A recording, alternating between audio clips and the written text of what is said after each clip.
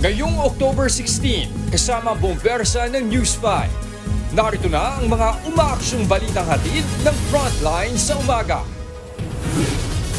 Marami sa 300 pamilyang nasunugan sa Santa Ana, Maynila sa tabing kalsada nagpalipas ng magdamag. Sa pulse sa video, holdupper sumalakay sa isang kainan sa Quezon City. Naarestong Big Boss sumalo ng mga iligal na pogo gustong padaluhin sa susunod na pagdinig ng Senado. Investigasyon sa pagpatay kay dating Tanawan, Batangas Mayor Antonio Halili muling bubuksan. Isang Russian mahigit 2 buwang nagpalutang-lutang sa dagat bago nasagip. At ilang pinakamalalaking pangalan sa OPM pasiklab sa unang anibersaryo ng Billboard Main Stage Concert.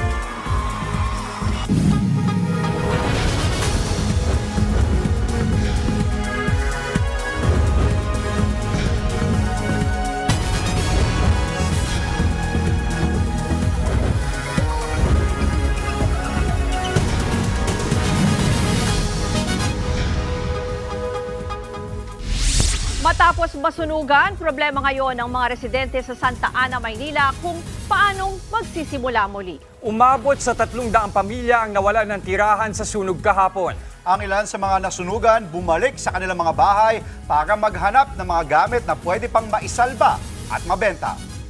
At live mula sa Santa Ana sa Maynila, nasa frontline ng balitang yan si Dave Abuel. Dave, kamusta na ang lagay ng mga residente dyan?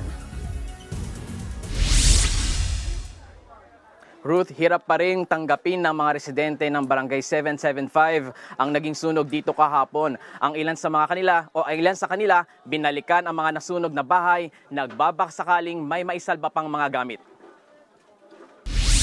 Naluha ang estudyanteng si Renz habang pinagmamasdan sa malayo ang dating kinatitirikan ng kanilang bahay. Kasama kasi sa mahigit 100 na abong bahay ang kanilang tirahan. Ang ina niyang si Rosita nasasaktan na makitang nahihirapan ang mga anak. Bukod sa mga nawalang naipundar ng mga gamit, nadamay rin sa sunog ang gamit ng mga bata sa eskwela. Naabutan din namin si Jimmy na nagbubungkal sa mga abo. Umaasa siyang makakita ng mga pirasong bakal na pwedeng maibenta. Ang makukuha niyang pera rito, ipambibili niya ng ulam nilang mag-asawa. Ang ilan sa mga nasunugan, nagpalipas ng gabi sa papag sa mga tent. Hiling nilang mabigyan sila ng tulong pinansyal o gamit para sa pagpapatayo ng bagong bahay. Sa pinakahuling tala ng mga otoridad, aabot sa 100 bahay ang naabo. Nasa 300 pamilya ang apektado. Sa investigasyon, lumabas na sumiklab ang apoy mula sa bahay ng isang residente na naputulan ng kuryente. Kaya raw gumagamit ang mga nakatira roon ng kandila. Hindi bababa sa 3 milyong piso ang halaga ng pinsala. Ruth, may mga dumarating naman daw na rason ng pagkain para sa mga nasunugan. Problema ngayon ng mga residente kung hanggang kailan sila mananatili sa mga tent. Hindi pa raw nila alam kung paanong magsisimulang muli matapos ang trahedya. Ruth. Maraming salamat, Dave Abuel. Sa ibang balita, hinahanap na ang grupo ng mga binatilyong nakunan sa video na nambuli ng isang estudyante sa Pasig. Nasa frontline ng balitang yan, si Ian Suyu. Dude! Alam yung ginawa mo, hindi nakakaano ha? Lord, sorry ka. Sa kuhang ito makikita ang isang binatilyo na pilit pinapaluhod. Nakasuot pa ang lalaki ng uniforme ng Pasig City. Isa pang lalaking nakaputi naman ang nakatayo sa tabi niya. Maririnig din sa viral video ang nagvi-video na pinapahingi ng tawad ang nakaluhod na lalaki. Pasensya na sa ginawa ko. Humingi ng pasensya ang binatilyo pero bigla na lang siyang hinampas-hampas ng nakasombrerong lalaki at paulit-ulit na sinabihang umayos ka. Inawat na ang nakaputing lalaki ng kanyang mga kasamahan pero bigla niya itong binigwasan sa panga. Kinunan daw ang video na yan sa labas ng isang pampublikong paaralan sa Pasig noong October 10. Mga mag-aaral ng naturang paaralan ang mga lalaking nasa video at ang grupong kumukuha at nanonood sa kanila. Kasunod ng insidente, nagreklamo na sa presinto ang mga magulang ng biktima. Trauma na po yung anak ko. Kaya po, no-comment na lang po ako. Kasi sobrang trauma na po nung anak ko. Nakunan na rin ng salaysay ng Pasig Police ang biktima at isa sa ilalim siya sa counseling. Pinaghahanap na rin ang grupong nambuli at nanakit sa lalaki. Hindi pa tukoy kung ano ang dahilan ng pananakit sa video, pero mariing kinundana ng Pasig LGU ang nangyari. Nakikipag-ugnayan na raw sila sa School Division Office para imbestigahan ng insidente. Magsasagawa rin sila ng mga hakbang para maiwasan ang bullying sa loob o labas man ng paaralan. Wala pang pahayag ang pamunuan ng eskwelahan. Nagbabalita mula sa Frontline, Ian Suyu, News 5. Sa ibang balita, nilinaw ng Department of Justice na pasok sa 20% discount at VAT exemption ng persons with disabilities at senior citizen ang group meals. Base sa legal opinion ng DOJ na inilabas noong October 8, kung ang isang group meal ay ang PWD o senior citizen na bumili lang ang kumain, dapat mababawas ang 20% discount sa kabuuang halaga ng meal na binili. Sakop lang daw ng discount ang kinukonsumo ng mga PWD at senior citizen para maiwasan ang pang-aabuso sa pribilehiyong ito. Humihingi kasi ng paglilinaw ang National Council on Disability Affairs tungkol sa diskwento para sa food orders. Sa ibang balita, gustong padaluhin ng mga senador sa susunod nilang pagdinig ang Chinese national na sinasabing godfather ng iligal na pogo sa bansa na si Liu Dong. Naaresto si Liu Dong o Lin Chunhan sa isang subdivision sa Biñan, Laguna noong nakaraang Huwebes. Hindi yan kalayuan sa ininspeksyon naman na pogo ng New Wave Technology kahapon na pagmamayari rin umano ng Pogo Big Boss. Dahil sa malaking papel ni Liu Dong sa operasyon ng pogo sa bansa, gusto siyang pigain ng mga senador para malaman kung sino-sino pa ang mga nasa likod ng mga iligal na pogo. Kung matignan yan dahil big boss siya And itong mga big boss interconnected to sa iba't ibang Pogo hubs. So gusto ko rin malaman kung ano pa yung mga Pogo hubs na connected sa kanya at sino pa yung mga tao na nasa likod. Pabor naman ang minorya ng Senado na magsagawa ng parallel investigation kaugnay sa war on drugs ni dating Pangulong Rodrigo Duterte. Unang lumutang ang posibleng hiwalay na investigasyon ng Senado sa drug war matapos itong imungkahi ni Senator Bongo na isa sa mga idinidiin ni dating PCSO General Manager Royina Garma sa pagdinig ng Quad Committee sa Kamara. Ayon kay Senate Minority Leader Coco Pimentel, magandang ideya ang mungkahi ni Senator Go. Maaari rin nilang mausisa ang kredibilidad ng mga testigo sa drug war na humarap sa Quadcom. Yun nga lang, optional lang daw ito at nakadepende pa rin sa liderato ng Senado. Para makapagtanong din kami ng sarili namin mga tanong. Kasi ganito kasi ang sa mga congressional hearings, kasama ang hearing sa Senate, walang cross-examination Pwede nga mga senador, we will ask the cross-examination questions para matest po natin yung credibility ng witness.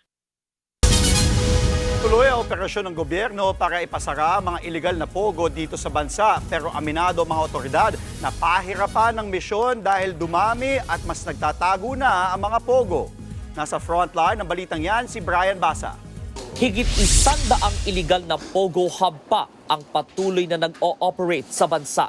Yan ang inilahad ni Presidential Anti-Organized Crime Commission spokesperson Winston Casio. Ang ilan daw sa mga empleyado ng mga nasabing pogo galing din sa mga nauna ng sinalakay na malalaking pogo hub. Nag-disintegrate sila into smaller units kaya mas lalo silang dumami. Well, ang hamon talaga is napakarami hong mga nag-underground. So, there are a good number of them and we're having difficulty catching up. Sinigundahan din ng National Bureau of Investigation ang pahayag na yan.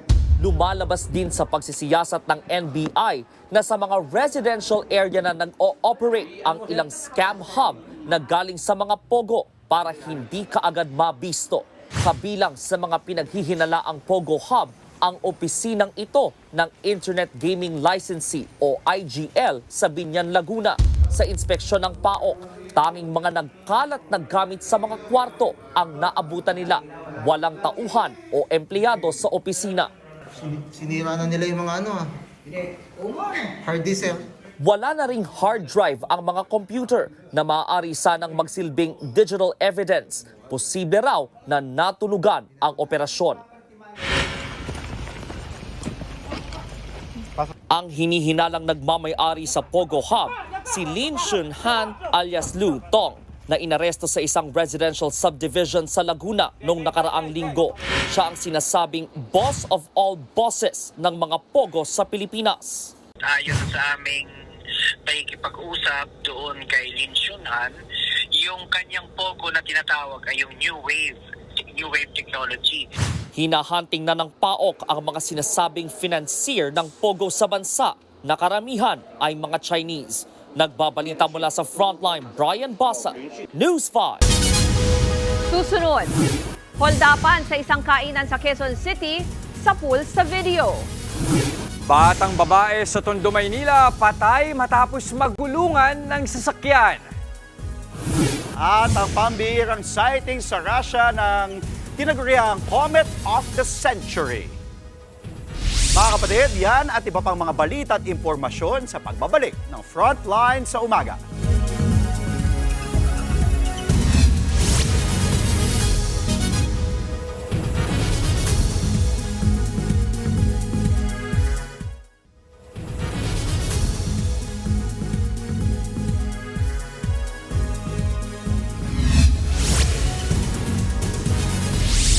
Sa pool sa CCTV ang pagsalakay ng mga holdupper sa isang restaurant sa Quezon City. Nasa frontline ng balitang yan, si Hannibal Talete. Kampanting kumakain ang ilang customers sa isang restaurant sa Quezon City. Nang biglang pumasok ang tatlong lalaking naka-helmet.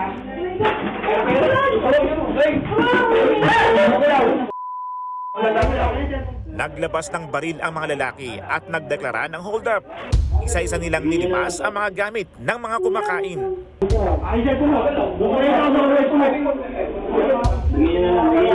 May kasama pa ang mga suspect sa labas na tila nagsilbing lookout. Pagkatapos makuha ang mga gamit ng mga customer, ay agad na sumibat ang mga suspect. Sumakay sila sa dalawang motorsiklo. Sa follow-up operation ng QCPD, naaresto ang 4 na salarin sa magkakahiwalay na lugar sa Caloocan, Valenzuela, Quezon City at Makati. Nabawi sa kanila ang 2 sa mga ninakaw na cellphone, 2 baril na kargado ng mga bala at 2 motorsiklo. Yung isa po sa key factors dito is yung tracing po natin sa mga devices. Since nakumuha po sila ng 9 devices, so marami po dun sa devices na nagkaroon ng mga naping natin ng mga location services. Ayon sa QCPD, lingguhan kung mang-hold up ang grupo, hindi lang sa Metro Manila, kundi maging sa Bulacan at Rizal. Lumalabas na sila rin ang responsable sa pang-hold up sa magkahiwalay na kainan sa Maykawayan, Bulacan. Napag-alaman ding dati nang nakulong ilan sa mga suspect sa mga kaso sa illegal na droga at pagdanakaw. Aminado naman sila sa nagawang krimen. Sa pangangailangan po kasi kaya po namin nagagawa po yung gano'n. Pero isang grupo kayo? Opo, isang grupo po kami. Hindi po kami napagbibigyan ng pagkakataon para makapagtrabaho ng maayos dahil wala po kami mga requirements. Kaya po nagagawa namin to kasi hindi lang po kami nakakapagtrabaho sa mga kumpanya. Maharap ang 4 sa reklamong robbery. Ang 2 sa kanila may karagdagang reklamong paglabag sa Comprehensive Firearms and Ammunition Regulation Act. Nagbabalita mula sa Frontline, Hannibal Talete, News 5. Patay ang isang batang babae matapos magulungan ng pickup truck sa Tondo, Maynila. Ang bata, matagal na palang pag-aala-gala ng walang bantay. Nasa frontline ng balitang yan si Dave Abuel. Sa pool sa kuha ng CCTV ang 2 taong gulang na batang yan habang palakad-lakad sa isang eskinita sa Tondo, Maynila linggo ng hapon. Sa di kalayuan, makikita ang pulang pickup truck na sinusubukan magmaniobra sa masikip na kalsada. Dahil walang bantay, walang nakapansin sa bata na dumire-diretso na pala papunta sa may pickup. Dahil maliit, hindi rin napansin ng driver na nasa harap na ng sasakyan ang bata. Kaya nang umabante, nagulungan ng pickup ang bata. Isinugod pa sa ospital ang biktima pero namatay rin kalaunan. Kinilala ang nasagasaang bata na si Jaisa Nahera. Eksklusibong nakuha ng News 5 ang CCTV footage ilang oras bago ang aksidente. Alas 11 pa lang pala ng umaga, paggala-gala na sa kalsada ang bata ng walang bantay. Ang masamang balitang yan ang sumalubong sa pag-uwi ng ina ng biktima na galing daw sa trabaho nang mangyari ang aksidente. Iniwanan niya raw si Jaisa sa pangangalaga ng kanyang lola. Sinabi na lang po sa akin ng kapatid ko wala na pang buhay yung masakot po sa akin yun. Kasi pag-uwi ko wala na yung anak ko. Sumuko na sa mga pulis ang driver ng nakasagasang pickup. Tumanggi siyang humarap sa News 5 pero handa raw siyang magbigay ng tulong. Para naman sa pamilya ng biktima, walang katumbas na halaga ang buhay ni Jaisa. Sa akin po sana kung sinabi niya sa akin na, Mars, hindi ko sinasadya, hindi ko kagustuhan, hindi ko nakita yung anak ko, matanggap pa yun eh. Ano nakita niya, nagkita na kami sa korte, sa husyado, hindi niya pa rin ako pinakausap. Base sa investigasyon, hindi napansin ng driver ang bata dahil mataas ang sasakyan. Posibleng maharap ang driver sa reklamong reckless imprudence, resulting in homicide. Nagbabalita mula sa Frontline, Dave Abuel, News 5. Muling pabubuksan ng Philippine National Police ang kaso ng pamamaslang sa dating alkalde ng Tanawan, Batangas na si Antonio Halili. Kasunod po yan ang revelasyon ni dating PCSO General Manager Royina Garma na isang aktibong opisyal ng PNP ang umano'y sangkot sa pamamaril kay Halili. Sinabi ni Garma na isang pulis na nagngangalang Albotra ang parte raw ng team na nanguna sa pagpatay sa alkalde noong 2018. Dahil dito inatasan ng PNP ang CIDG na muling pag-aralan ang kinahinatnan ng investigasyon sa kaso. Kasama dyan ang pag-retrieve at pagbusisi ulit sa mga dating ebidensya.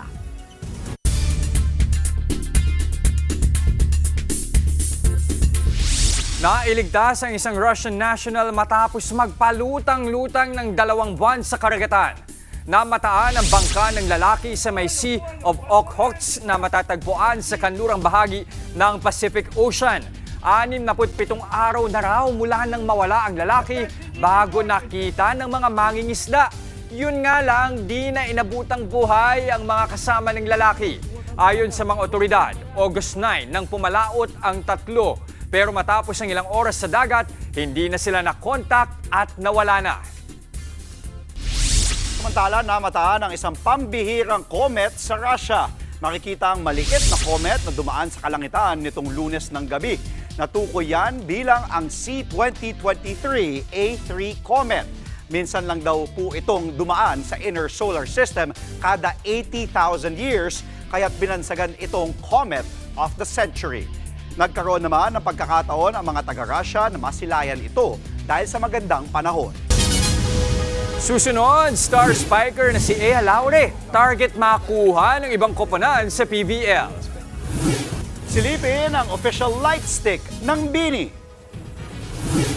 At fur parent nagulat ng bigla na lang manganak ang alagang pusa. Tuloy-tuloy lang ang paghahatid namin ng balita at impormasyon dito sa Frontline sa umaga.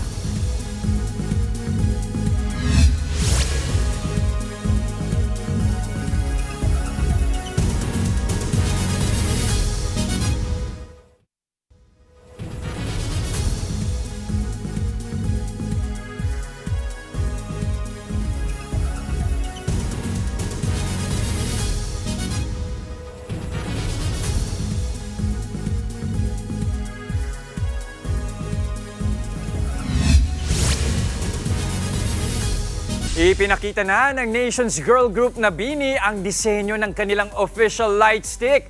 Mismong ang leader na si BINI Joanna ang nanguna sa unboxing ng light stick. Ibinida ng BINI ang light stick na may blue na handle at dilaw na bulaklak na umiilaw.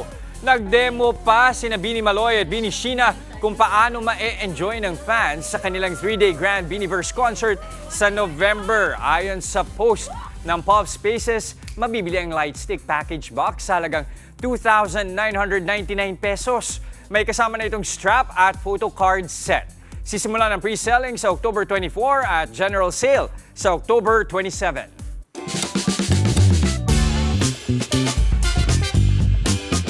Nagulat ang isang fur parent nang madatnan niya ang kanyang alagang pusa na tila may tinatago. Ayun, lumaki pala kasi ang kanilang fur family nang hindi niya nalalaman. Kaya po from fur mom, naging fur lola na pala siya. Hindi ko pa malalaman. Buntis ka? Sinong ama? Ha? Hindi ko pa malalaman na hindi ka buntis. Ang laki ng tiyan mo, akala ko busog ka lang. Yan po yung madramang pagsugod ng fur parent sa pusa niyang si Sky sa isang kwarto pagkatapos na nitong manganak. Nadatnan niyang may maliliit na kuting na nakakapit na dito. Akala raw niya na parami lang ng kain si Sky nitong mga nakaraang buwan. Tanong naman ng netizens, hindi ba nag-crave ng mangga ang pusa? Natawa rin ng ibang netizens dahil mukhang tinatago pa raw ni Sky ang mga anak niya. Para bang nahihiya raw siya. Lalo't hindi nila matukoy kung sino nga. Sino nga ba? Ang ama. Ayan yun na. ang pala isipan niya. Lagot ka, Sky. Sino ang ama ng Yes. pusa? Oo. Congratulations kay Sky. Sky, At congrats. sa may-ari na ngayon, for Lola na. Per Lola. Mga kapatid, 70 days na lamang po at Pasko na. Yan ang mga impormasyong dapat ninyong malaman. Mga balita para sa may alam at may pakialam. Kami ang inyong mga kasangga sa Frontline sa umaga.